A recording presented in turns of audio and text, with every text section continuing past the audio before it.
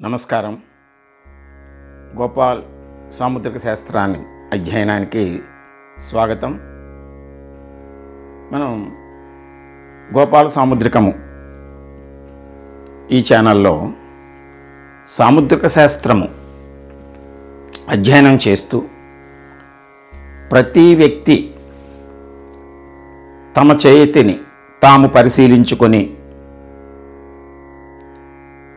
మనలో ఉండేటువంటి భావాలు, ఆలోచనలు, ఆరోగ్య పరిస్థితులు, ఇతరులతోటి మనం నేర్పేటువంటి సంబంధ బాంధవ్యాలు, వాటి యొక్క పరిమితులు ఎలా ఉంటున్నాయి అనేటువంటి జీవితానికి సంబంధించినటువంటి అనేక విషయాలని ఈ సాముద్రిక శాస్త్రం ఏ విధంగా మనకి తెలియజేస్తుంది అనేటువంటి అంశంలో మన పూర్వీకులు, మహానుభావులు అనేక వేల సంవత్సరాలు ఈ సాముద్రిక శాస్త్రం మీద రీసెర్చ్ చేసి అనేక విషయాలని మనకు అందించారు. వాటిని మనం మన జీవితానికి అన్వయం చేసుకుని మనలో ఉండేటువంటి బలము, పాజిటివ్ ఎనర్జీని ఇంకా మరికొంత మెరుగుపరుచుకోవటానికి, కొన్ని సందర్భాలలో కొంతమందిలో మనలో ఉన్నటువంటి వ్యతిరేక భావాలు, నెగిటివ్ ఎనర్జీని తగ్గించుకోవటానికి, తద్వారా మన జీవితాన్ని భవిష్యత్తులో మనము పొందేటువంటి అనేక అనుభూతుల్ని సరిచేసుకోవటానికి అవకాశం ఉంటుందనేటువంటి ఆలోచనతో మన పూర్వీకులు చెప్పినటువంటి ఈ అంశాలని మనం ఒకసారి అందరికీ స్పష్టంగా అర్థమయ్యే విధంగా ఈ శాస్త్రాన్ని అందించాలనేటువంటి సంకల్పంతో గతంలో విపులీకరించి గ్రంథ రూపంలో చేసిన, ప్రస్తుత కాలంలో అందరికీ అందుబాటులోకి ఈ మీడియా వచ్చింది కనుక ఈ ఛానల్ ద్వారా ఈ విషయాలని మీకు ముందుంచడానికి ప్రయత్నం చేస్తూ అనేక ఎపిసోడ్లు చేసాం. గతంలో మనం అరచేతి యొక్క అన్ని అంశాలని, రంగు, ఆకారము, వేళ్ళు, గోళ్ళు, పరిమాణము, ఇలాగా అనేక అంశాలని మనం క్షేత్ర విభాగంలో తెలుసుకుని, మరలా ఇప్పుడు రేఖల్లో జీవిత రేఖ, శిరోరేఖ మనం గత ఎపిసోడ్లో తెలుసుకున్నాము. ఈరోజు మనం హృదయ రేఖ, హార్ట్ లైన్, ఈ హార్ట్ లైన్ గురించి, దీన్ని ఆత్మరేఖ అని కూడా అంటాము.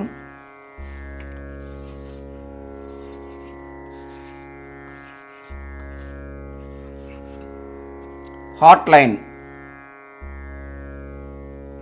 దీని గురించి మనం ఈరోజు తెలుసుకుందాము. ఇది ప్రధానంగా హృదయ రేఖ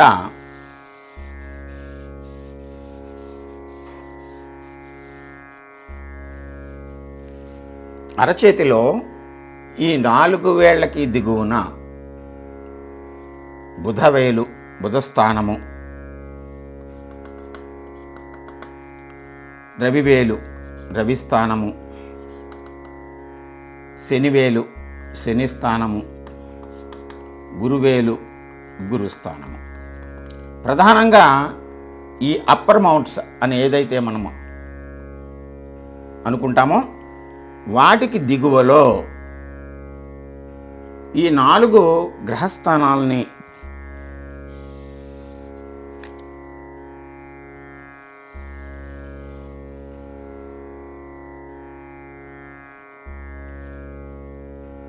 ఇలాగా ఈ 4 గ్రహస్థానాలకి దిగువలో ఈ రేఖ కనిపిస్తుంది. అయితే దీన్ని మనం హృదయరేఖని, ఆత్మరేఖని, ఇంగ్లీష్లో హార్ట్ లైన్ అని మనం పేర్కొంటూ ఉంటాం. దీని గురించి కొంచెం విస్తృతంగా మీకు తెలియచేయాలి. అయితే వీక్షకులు కొన్ని మన్నించాలి. కొంతమంది కామెంట్స్లోనూ ఇదంతా చాలా లెంగ్ది, వేస్ట్ అయిపోతుంది, షార్ట్ కట్లో ఫలితాలు చెప్పేయండి అనేటువంటి కామెంట్స్ని కూడా నేను చూసిన దాని మీదట ఈ మాట చెప్పడానికి సాహసిస్తున్నాను. ఎందుకనంటే ఏ విషయమైనా సరే మనం కూలంకషంగా తెలుసుకున్నప్పుడు ఆతృత కనబరచకూడదు. దానికి పూర్వాపరాలు చెప్పడం కోసమే ఈ ఛానల్. అంటే ప్రతి వాళ్ళు మన సమయం చాలా విలువైనది అయినంత మాత్రాన షార్ట్స్లో మనం ఒక విషయాన్ని తెలుసుకుని ఒక వాక్యమే చెప్పగలుగుతాము. దానికి పూర్వపరాలు పూర్తిగా తెలుసుకుంటేనే కానీ, ఇది చాలా సున్నితమైనటువంటిది, విలువైనటువంటి శాస్త్రము. ఇక్కడ ఈ హృదయరేఖ గురించి చెప్తున్నప్పుడు ఈ మాట ఎందుకు చెప్పవలసి వచ్చిందంటే, కొంచెం విపులీకరించినప్పుడు కాస్త సమయం ఎక్కువ తీసుకోవాల్సి వస్తుంది. ప్రధానంగా హృదయరేఖ, ఈ ఆత్మరేఖ, హార్ట్ లైన్ గురించి కొన్ని అపోహలు ఉండేవి స్టార్టింగ్లో. అంటే ఇది ఎక్కడ ప్రారంభమవుతుంది, ఎక్కడ ఎండ్ అవుతుంది అనేటువంటి విషయంలో మన వెస్ట్రన్ పామిస్టులకి, ఈస్టర్న్ మన సాంప్రదాయ సనాతన ధర్మమైనటువంటి మన భారతీయ సనాతన ధర్మంలో చెప్పబడినటువంటి ఈ సాముద్రిక శాస్త్రంలోనూ కొన్ని విభేదాలు ఉన్నాయి.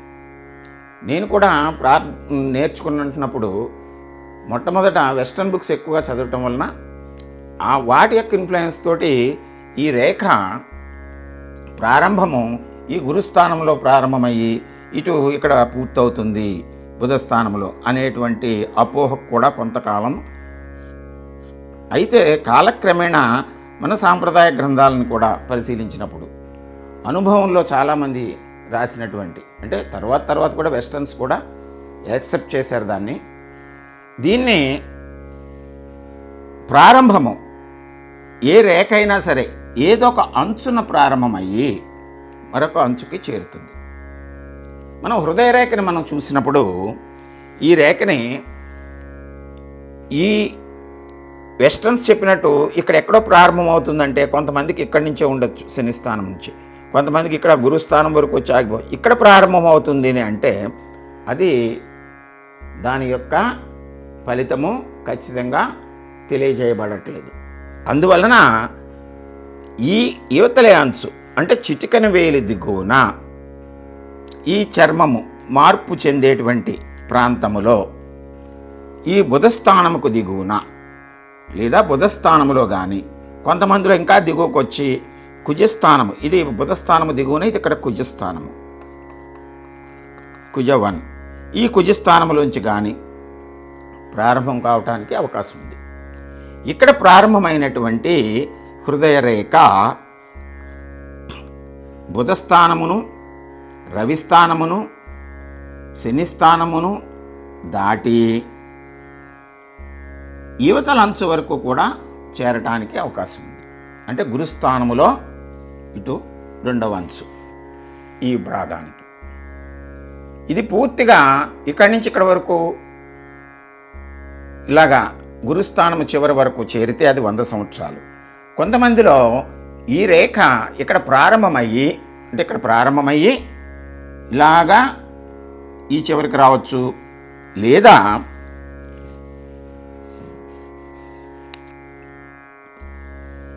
ఇలాగా జీవిత రేఖలోకి చేరుకోవచ్చు. ఈ ఫలితాలను మనం తర్వాత తెలుసుకుందాం. ఈ రేఖ ఎలాగ ఉంటుంది అనేటువంటిది ముందు తెలుసుకుంటే, కొంతమందిలో ఈ రేఖ గురుస్థానములోకి, కొన్ని సందర్భాల్లో గురుస్థానం మొదటి పర్వంలో కూడా చొచ్చుకుపోయి ఉండొచ్చు. కొంతమందిలో ఇది చీలికలుగా ఇలా విస్తరించి ఉండొచ్చు. కొంతమందిలో ఈ చీలిక ఒకటి ఇలాగ గురుస్థానము శనిస్థానముకు మధ్యలోకి, ఒకటి గురుస్థానం వైపుకి రావచ్చు. కొంతమందిలో ఇది ఇక్కడ పూర్తిగా శనిస్థానం వైపు ప్రయాణం చేయవచ్చు. ఇంకా కొన్ని సందర్భాల్లో కొంతమందిలో రవి స్థానము వైపు కూడా తిరిగిపోవచ్చు, లేదా ఇక్కడ తోటి లుప్తమవ్వచ్చు. ఈ శని స్థానం వరకు వచ్చి కొసలు ఇలాగా అనేక పాయలుగా చీలినటువంటి సందర్భము కొన్నిట్లో కనిపిస్తూ ఉంటుంది మనకి. ఇలా చీలి ఇలాగా ఇలా మిళితమైనట్టు కానీ ఇలా ఉన్నటువంటి రేఖని పద్మరేఖ అని కూడా, మనం హృదయ రేఖకి ఇంకొక పేరు పద్మరేఖ అని కూడా, ఇలా ఉంటే అది గుర్తు పద్మం గుర్తులాగా చేరవచ్చు. ఇలాగా కొంతమందిలో హృదయ రేఖ శిరోరేఖ కలిసిపోయి ఒకే రేఖ కింద కూడా ఏర్పడవచ్చు.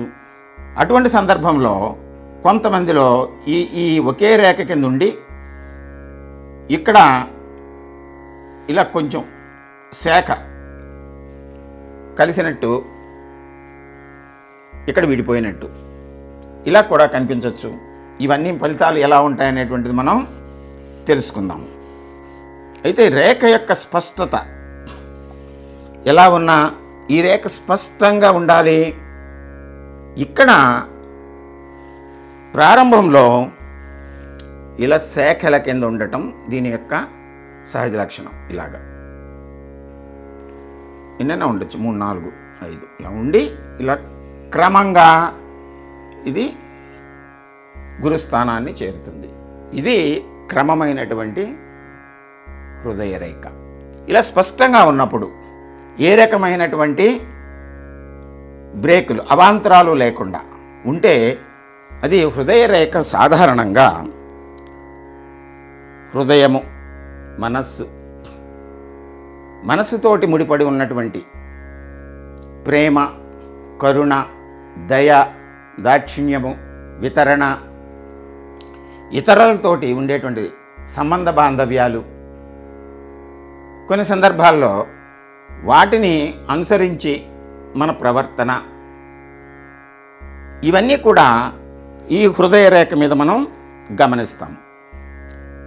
ఇక్కడ పాశ్చాత్యులకి మనకి దీని భావనలో భేదం ఉన్నట్లే ప్రారంభంలో ఈ సాముద్రిక శాస్త్రము ప్రారంభంలో మన భారతీయులు సాంప్రదాయ సాముద్రికవేత్తలు కూడా దీన్ని ఆత్మరేఖనే ఆయుర్దాయము లెక్క పెట్టడానికి కూడా కొన్ని సందర్భాల్లో ప్రారంభంలో, అంటే పరిణామ క్రమంలో ఒక విషయాన్ని క్రమక్రమంగా అధ్యయనం చేస్తున్నప్పుడు దాని స్థిరత్వం పొందే వరకు అనేక భావనలు వస్తూ ఉంటాయి.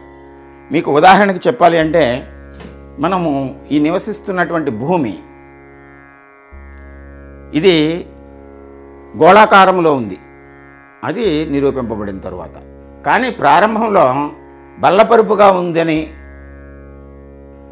ఒక చాప పరిచినట్టు ఉంది అని దాని మీద ఆ నిర్ణయాలు తీసుకుని కొంతకాలం జరిగింది. కానీ కాలక్రమేణా పరిశోధనల వలన ఈ గోళాకృతి, అంటే మనకి సూర్యోదయము, సూర్యాస్తమయము, చంద్రోదయము, అస్తమయము, వాటిని ఎలాగ పైకి వస్తున్నప్పుడు, అలాగే సముద్రం నుంచి వాడ భూ భాగానికి వచ్చినప్పుడు మొదట పొగ కనబడటము, తర్వాత గొట్టం కనబడటం, ఇవన్నీ అంటే పరిశీలనలో వాటి యొక్క ఫలితాన్ని మనం గమనించి ఒక నిర్ణయాన్ని తీసుకువచ్చి దాన్ని స్థిరం చేసేటువంటిదే శాస్త్రం. అందువలనే సాముద్రిక శాస్త్రం కూడా మొట్టమొదట కొంతమంది ఇది తక్కువగా ఉంటే ఆయుర్దాయం తక్కువగా ఉన్నట్టు, ఇది బ్రేక్ అయితే ఆయుష్ అర్ధాయుష్ అన్నట్లు భావన చేసినప్పటికీ క్రమానుగతమైనటువంటి ఈ పరిశోధనలో ఇది శాస్త్రం అని చెప్పడానికి, ఇది ఒక్క బాంధవ్యాలని, మానసిక పరివర్తనని, ఈ అంశాలను మాత్రమే తెలియజేస్తోంది. జీవితము, ఆయుర్దాయము, ఆరోగ్యము, ఇవన్నీ కూడా ఈ జీవిత రేఖ మీద ఉంటున్నాయి.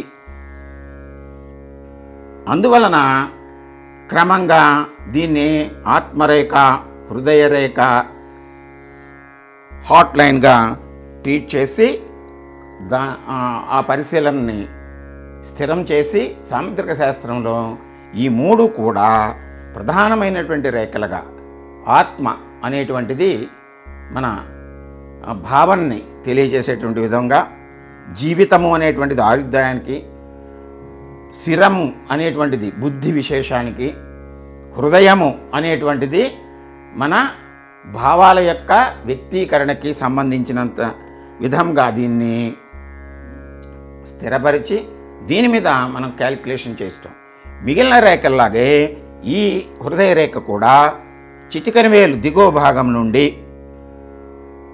చూపుడు వేలు చివరి అంచు వరకు ఈ మొత్తం రేఖని మనం 100 సంవత్సరాల జీవితం యావరేజ్ లైఫ్ స్పాన్గా తీసుకుని 100 విభాగాలు చేసుకుని దీన్ని మనం ఏ విభాగములో ఏ వయసులో ఏ రకమైనటువంటి మార్పులు వస్తున్నాయనేటువంటిది మనం పరిగణలోకి తీసుకుని ఫలితాలని చెప్పవచ్చు. నిజంగా హృదయ రేఖని మనం పరిశీలించినప్పుడు మరొకసారి దీని గురించి మనం తెలుసుకుని, ఇది ఇక్కడ ప్రారంభమవుతుంది చిటికెన వేలు కింద బుధవేలు, బుధస్థానము కింద అంచున ప్రారంభమయ్యి గురువేలు చివరికి ఈ అంచు వరకు చేరవచ్చు, లేదా ఇంకా ఇతర చోట్ల ఎక్కడైనా ఆగిపోవచ్చు.